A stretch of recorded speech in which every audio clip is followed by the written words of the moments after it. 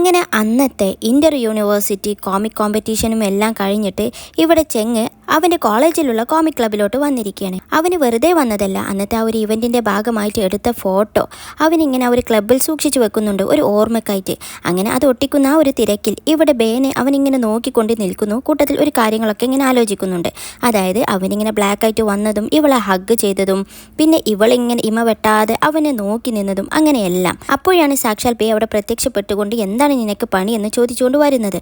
അത് കേട്ടതും ഇവിടെ ഈ ചെങ്ങ് ആകെ ഒന്ന് ഞെട്ടും. എന്നിട്ട് അവളിങ്ങനെ നോക്കി നിൽക്കായിരുന്നല്ലോ, അവന് പെട്ടെന്ന് തന്നെ അതിൽ നിന്നൊക്കെ ഒന്ന് മാറും. എന്നാൽ ബേ വന്നിരിക്കുന്നത് അവളൊരു പ്രധാനപ്പെട്ട കാര്യം പറയാൻ വേണ്ടിയിട്ടാണ് എന്നൊക്കെ പറയുന്നു. പിന്നെ ഇത് അവനോട് പറയാൻ അവൾക്ക് ഇതുവരെ സമയം കിട്ടിയിട്ടില്ല എന്നിട്ട് പിടിച്ചു നിർത്തിക്കൊണ്ട് പറയുന്നു ഭയങ്കര എക്സൈറ്റ്മെൻറ്റോട് കൂടിയിട്ട് അവൾ ഇന്ന് ബ്ലാക്കിനെ കണ്ടു എന്ന്.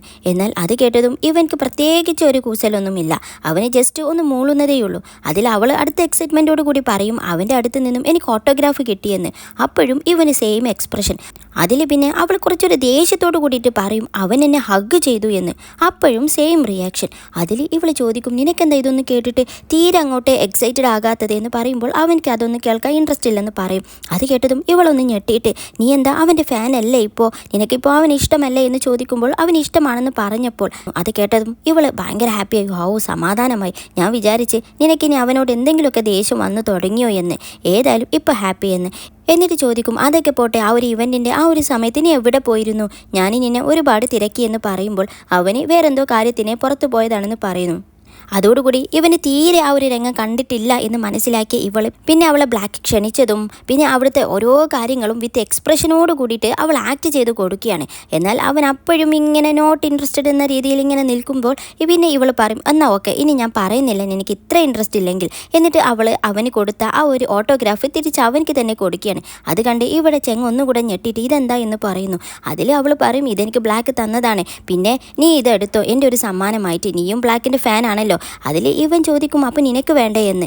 അതിൽ ഇവൾ പറയും ഞാൻ ഓൾറെഡി അവനെ ഹഗ് ചെയ്തല്ലോ, എനിക്ക് അത് മതി. എന്നിട്ട് ഇവൻക്ക് വേണ്ട എന്നൊക്കെ പറയുമ്പോഴും ഇവൾ നിർബന്ധിച്ചു അത് അവൻ്റെ കയ്യിൽ പിടിപ്പിച്ച് കൊടുക്കുകയാണ്.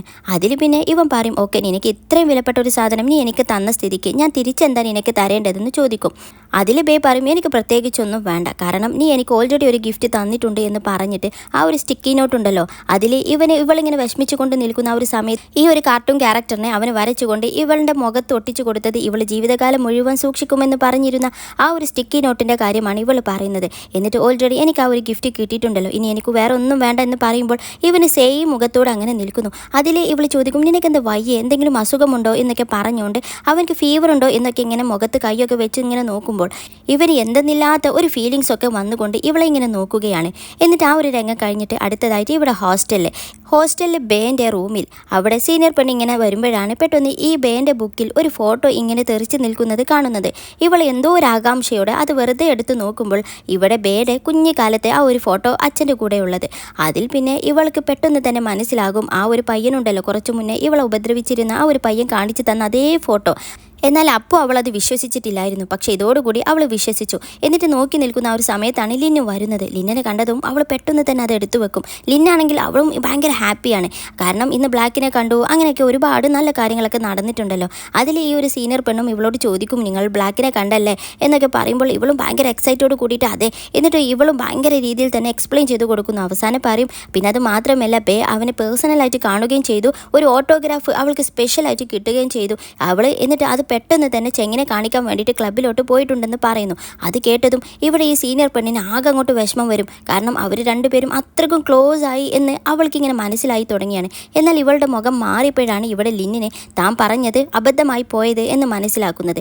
ലിന്ന അങ്ങനെയാണ് അവൾക്ക് തോന്നിയത് അപ്പോഴങ്ങോട്ട് പറയും, പിന്നീടാണ് അബദ്ധങ്ങളൊക്കെ മനസ്സിലാക്കുന്നത്. എന്നാൽ ഇവളിങ്ങനെ വിഷമിച്ചുകൊണ്ട് ഇങ്ങനെ നിൽക്കുകയാണല്ലോ. എന്നിട്ട് കുറച്ചു മുന്നേ ആ ഒരു ബുക്കിൽ കണ്ട ആ ഒരു ഫോട്ടോയും നോക്കി അങ്ങനെ നിൽക്കുന്നുണ്ട്. അവൾക്ക് എന്തോ ഒരു പ്രതികാരം ചെയ്യണം എന്ന് തോന്നുന്നത് പോലെ. എന്നാൽ അടുത്ത സീനിൽ കാണിക്കുന്നത് ഈ ഒരു സീനിയർ പെണ്ണും ബേയും കൂടിയുള്ള ഒരു കൂടിക്കാഴ്ചയാണ്. അതായത് അവർ രണ്ടുപേരും ഇരുന്ന് ഇങ്ങനെ ഫുഡ് കഴിക്കുന്നതിൻ്റെ ഇടയിലാണ് ഇവിടെ സീനിയർ പെണ്ണ് ഇവളോട് ചോദിക്കുന്നത് ആ ഒരു വൃത്തികെട്ട ഒരു പയ്യനുണ്ടല്ലോ ആ പയ്യൻ്റെ പേര് പറഞ്ഞിട്ട് നിനക്ക് അവനെ അറിയോ എന്ന് ചോദിക്കുന്നു. എന്നാൽ ഇവൻ്റെ പേര് പറഞ്ഞതോട് കൂടിയിട്ട് ആ ബേ ആകെ ഞെട്ടിയിട്ട് ഇങ്ങനെ നോക്കി നിൽക്കുകയാണ്. അതിൽ പിന്നെ ഈ ഒരു സീനിയർ പെണ്ണ് പറയുന്നത് അവന് ഭയങ്കര മോശപ്പെട്ട ഒരു പയ്യനാണ്, അവൻ്റെ സ്കൂൾ ലൈഫിലൊക്കെ അവൻ ഒരുപാട് തെമ്മാടിത്തരം ചെയ്തിട്ടുണ്ട്, ഇപ്പോഴും ചെയ്തുകൊണ്ടിരിക്കുകയാണ് എന്നൊക്കെ പറഞ്ഞിട്ട് ഇങ്ങനെ കുറ്റം പറയുന്നു. അതായത് ആ ഒരു പയ്യനെ പറ്റിയിട്ട് ഈ ഒരു സീനിയർ പെണ്ണ് നന്നായിട്ട് അന്വേഷിച്ചിട്ടുണ്ട് എന്ന് ഇവിടെ ബേക്ക് മനസ്സിലായത് കൊണ്ട് തന്നെ പിന്നെ ബേ ഒരു കഥ പറഞ്ഞു തരാമെന്ന് പറഞ്ഞുകൊണ്ട് പറയുകയാണ്.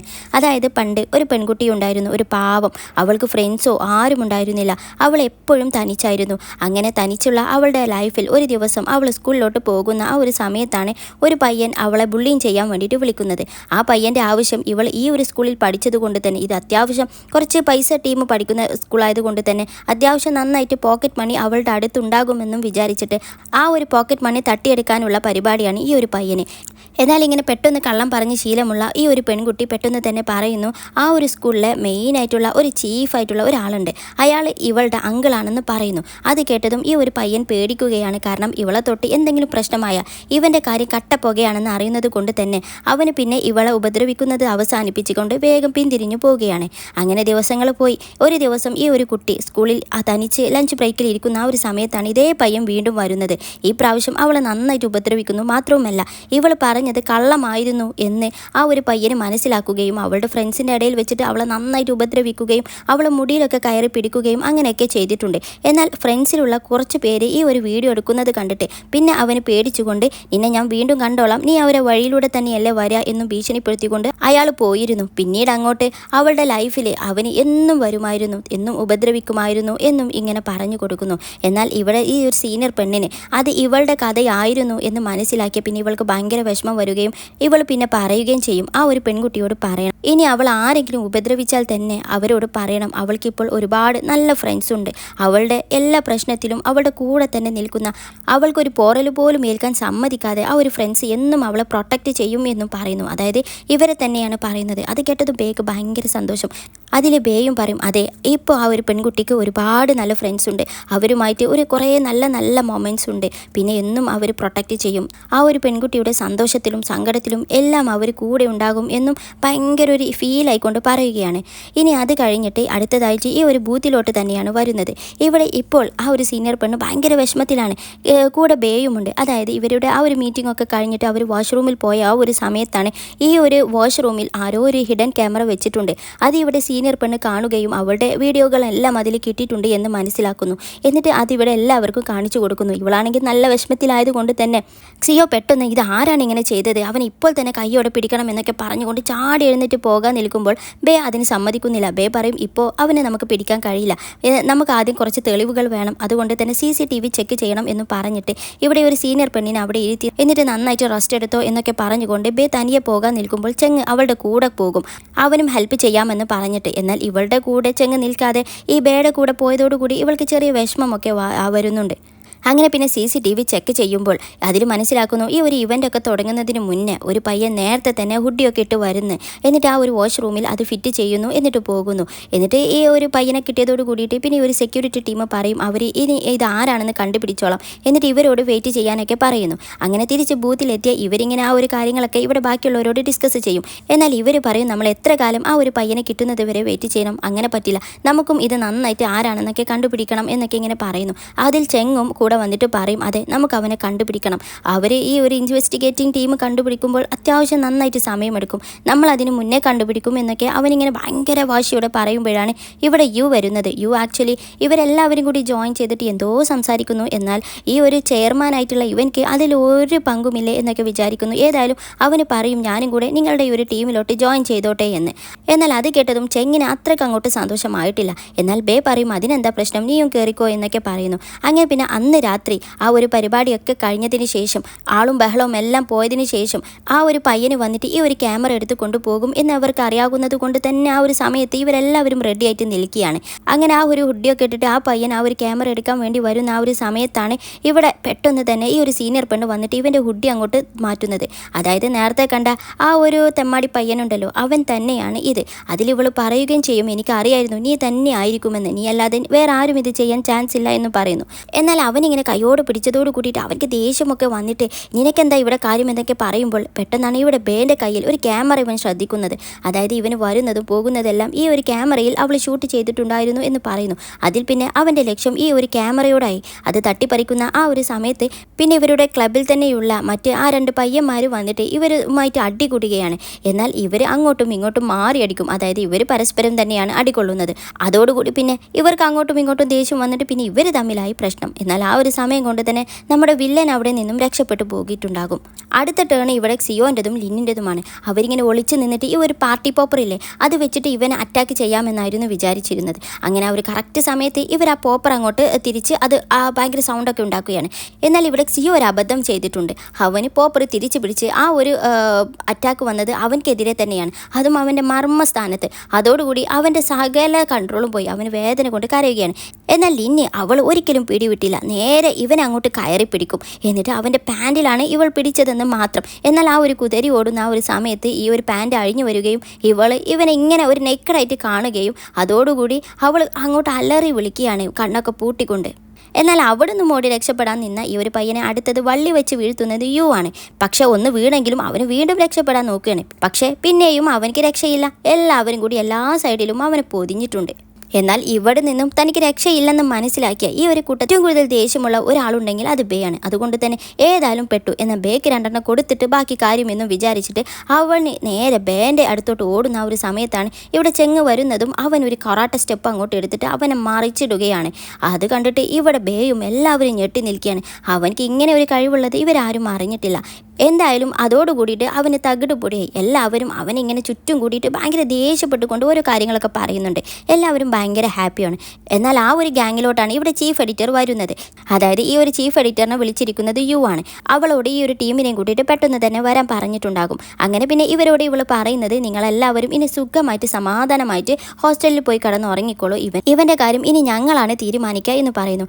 അങ്ങനെ അവർ വലിയൊരു സംഭവമൊക്കെ കഴിഞ്ഞിട്ട് തിരിച്ച് ഭയങ്കര ലേറ്റ് ആയിക്കൊണ്ടാണ് ബസ്സിൽ ഹോസ്റ്റലിലോട്ട് പോയിക്കൊണ്ടിരിക്കുന്നത്. എന്നാൽ എല്ലാവരും ടയേർഡ് ആയതുകൊണ്ട് തന്നെ എല്ലാവരും ബസ്സിൽ തന്നെ ഇരുന്ന് ഉറങ്ങുകയാണ്. എന്നാൽ ചെങ്ങ് മാത്രം ഉറങ്ങുന്നില്ല.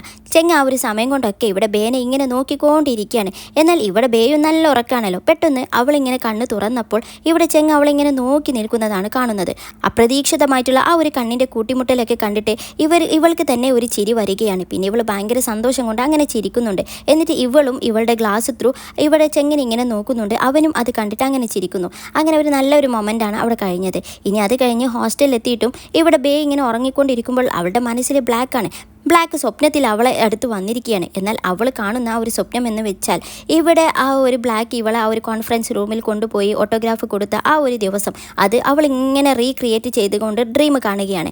എന്നാൽ ആ ഒരു കഥാപാത്രത്തിൻ്റെ വേഷം കെട്ടിയ ബ്ലാക്ക് അതിൽ നിന്നും തല മാറ്റിയുമ്പോൾ അത് ചെങ്ങാണ്. എന്നിട്ട് ചെങ്ങ് ഇവളെ കൈ പിടിച്ചുകൊണ്ട് നിനക്ക് എന്നെ ഇഷ്ടമാണല്ലേ എന്നൊക്കെ ഇങ്ങനെ പറഞ്ഞിട്ട് കുറച്ച് റൂഡായിട്ടാണ് പെരുമാറുന്നത്.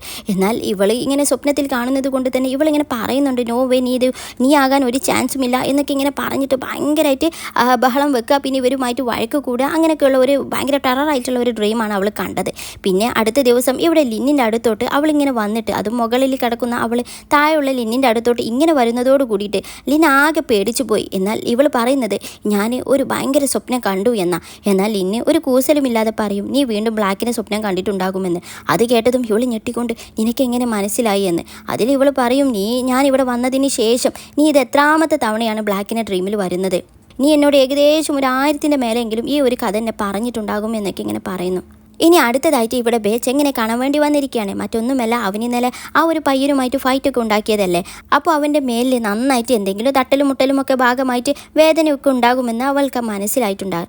എന്നിട്ട് അവൾ ഒരു പ്ലാസ്റ്ററും കൊണ്ട്, അതായത് ട്രഡീഷണൽ ആയിട്ടുള്ള ചൈനീസ് മെത്തേഡ് യൂസ് ചെയ്തിട്ടുള്ള ഒരു പ്ലാസ്റ്റർ ഭയങ്കര എഫക്റ്റീവ് ആണെന്നൊക്കെ പറഞ്ഞുകൊണ്ട് അവനക്കത് ഒട്ടിച്ചു കൊടുക്കാൻ വേണ്ടിയിട്ട് ശ്രമിക്കുകയാണ്. എന്നാൽ അവൻ അതിന് സമ്മതിക്കുന്നില്ല. അത് മാത്രമല്ല ഇവന് ഈ ഒരു ട്രഡീഷണൽ മെഡിസിനെ അവന് നന്നായിട്ട് കളിയാക്കുന്നുമൊക്കെ ഉണ്ട്. എന്നാൽ അവൾ നിർബന്ധിച്ച് കൊടുക്കുകയും പിന്നെ അവൾ ഇവനെങ്ങനെ സല്യൂട്ട് ചെയ്തുകൊണ്ട് പറയും നീ ഞങ്ങളുടെ ക്ലബിൻ്റെ നടുന്തൂണാണ്, ഞങ്ങളുടെ പ്രസിഡൻ്റാണ്, അതുകൊണ്ട് തന്നെ ഈ ഒരു ക്ലബിന് നിന്നെ നന്നായിട്ട് അത്യാവശ്യമുണ്ട്, പിന്നെ അതുകൊണ്ട് നിനക്ക് ഒരു പോറല് പോലും വരാൻ പാടില്ല എന്നൊക്കെ ഇങ്ങനെ പറയുന്നു. അതും ഇവനെ ഒന്ന് കളിയാക്കിക്കൊണ്ട് ചിരിച്ചുകൊണ്ടാണൊക്കെയാണ് പറയുന്നത്. അങ്ങനെ പിന്നെ അവൾ അതും പറഞ്ഞുകൊണ്ട് അവിടെ നിന്ന് ഓടുന്നു. എന്നാൽ ഇവളുടെ ഈ ഒരു ആക്ടിംഗ് ഒക്കെ കണ്ടിട്ട് ചെങ്ങ് അറിയാതെ അങ്ങനെ ചിരിച്ചു പോവുകയാണ്. ഇനി അടുത്തതായിട്ട് കോമിക് ക്ലബിൽ ഒരു മീറ്റിംഗ് ആണ്. അതായത് ഇവിടെ ചെങ്ങ് പറയും അവരാണ് ആ ഒരു ഇവൻറ്റിൽ വിൻ ചെയ്തിരിക്കുന്നതെന്ന് പറയുന്നു. എപ്പോഴും വിജയിക്കുന്ന ഭയങ്കര പോയിന്റോട് കൂടിയിട്ട് നിൽക്കുന്ന ഒരു ടീമുണ്ടല്ലോ, അവരെയാണ് ആ ഒരു ടീം എലിമിനേറ്റ് ചെയ്തത്. അതോടുകൂടി ഇവർക്ക് ആ ഒരു പ്രൈസ് കിട്ടി. എന്നിട്ട് എല്ലാവരും ഭയങ്കര സന്തോഷമാണ്. അതിൽ പിന്നെ പാർട്ടിയൊക്കെ വേണം എന്നൊക്കെ ഇങ്ങനെ പറയുന്നുണ്ട്. പിന്നെ ചെങ്ങ് ഒരു കാര്യം കൂടി പറയുന്നുണ്ട്, വെറും അവാർഡ് മാത്രമല്ല, പിന്നെ നമ്മൾ ആ ഒരു ഹിഡൻ ക്യാമറ കണ്ടുപിടിച്ചതോട് കൂടിയിട്ട് നമുക്കൊരു സ്പെഷ്യൽ റിവാർഡും കൂടി ആ ഒരു ഓർഗനൈസേഷൻ അറേഞ്ച് ചെയ്തിട്ടുണ്ട് എന്ന് പറയുന്നു. അതോടുകൂടി ഇവർക്ക് ഡബിൾ സന്തോഷം. അങ്ങനെ ഭയങ്കര ഹാപ്പിയിൽ ഇങ്ങനെ ആർപ്പും വിളിയൊക്കെ കൂട്ടുന്ന ആ ഒരു സമയത്താണ് സർപ്രൈസ് എന്ന് പറഞ്ഞുകൊണ്ട് ഒരു പെണ്ണ് വരുന്നത്. എന്നാൽ ഇവളെ കണ്ടതും ഈ ഒരു ക്ലബ്ബിലുണ്ടായിരുന്ന മുന്നത്തെ എല്ലാവരും കൂടി ഇവൾക്ക് ചുറ്റും കൂടുകയാണ്. എന്നിട്ട് അവളോട് ഒരുപാട് വിശേഷങ്ങളൊക്കെ ചോദിക്കുന്നുണ്ട്. നീ തിരിച്ചു വന്നോ, നീ ഇനി എപ്പോഴും ഇവിടെ ഉണ്ടാകുമോ, ഞങ്ങൾ വിട്ട് ഇനി പോകില്ലല്ലോ എന്നൊക്കെ ഇങ്ങനെ പറയുന്നു. എന്നാൽ ഇവരുടെ ഈ ഒരു അപ്രോച്ചൊക്കെ കണ്ടിട്ട് ഇവിടെ ബേക്കും ലിന്നിനും ഒരു കാര്യവും മനസ്സിലായില്ല. എന്നിട്ട് ഇവർ പരസ്പരം ഇങ്ങോട്ട് ചോദിക്കുന്നുണ്ട് ആരായിരിക്കും എന്നൊക്കെ. അതിൽ മറ്റേ ആൾ നോ ഐഡിയ എന്നൊക്കെ പറയുന്നുണ്ട്. എന്നാൽ ആ ഒരു പെണ്ണ് ഇവരെല്ലാവരെയും കണ്ടിട്ട് ഭയങ്കര സന്തോഷം. എന്നാൽ ചെങ്ങിനെ പറ്റി പറയുന്നത്, നീ പണ്ടത്തെ പോലെ തന്നെ ഒരു മാറ്റവുമില്ല.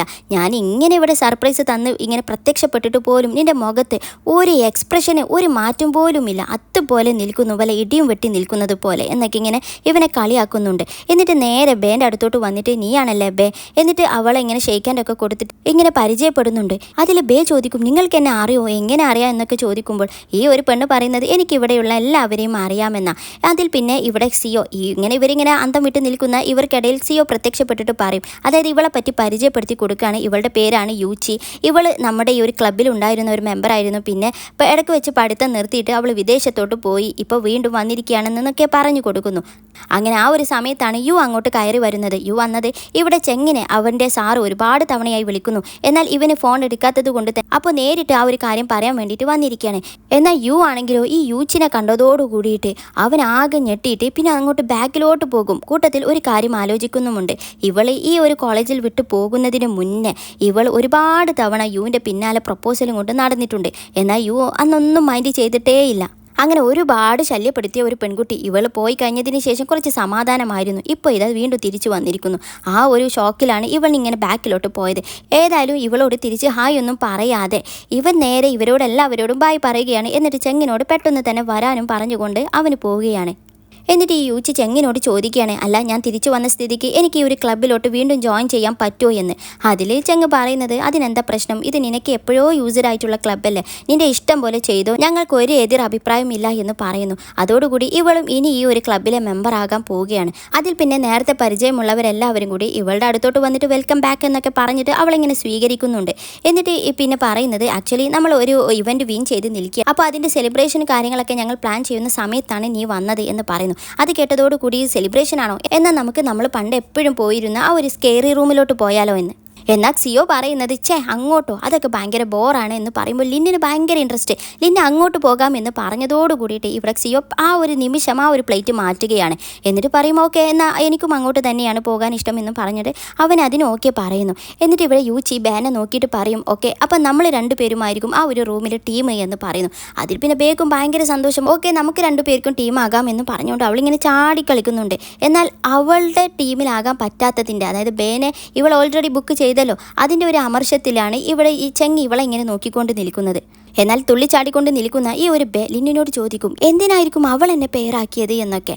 അതിൽ ലിന്നു പറയും, ചിലപ്പോൾ അവൾക്ക് നിന്നെ ഇഷ്ടപ്പെട്ടിട്ടുണ്ടാകും എന്ന്.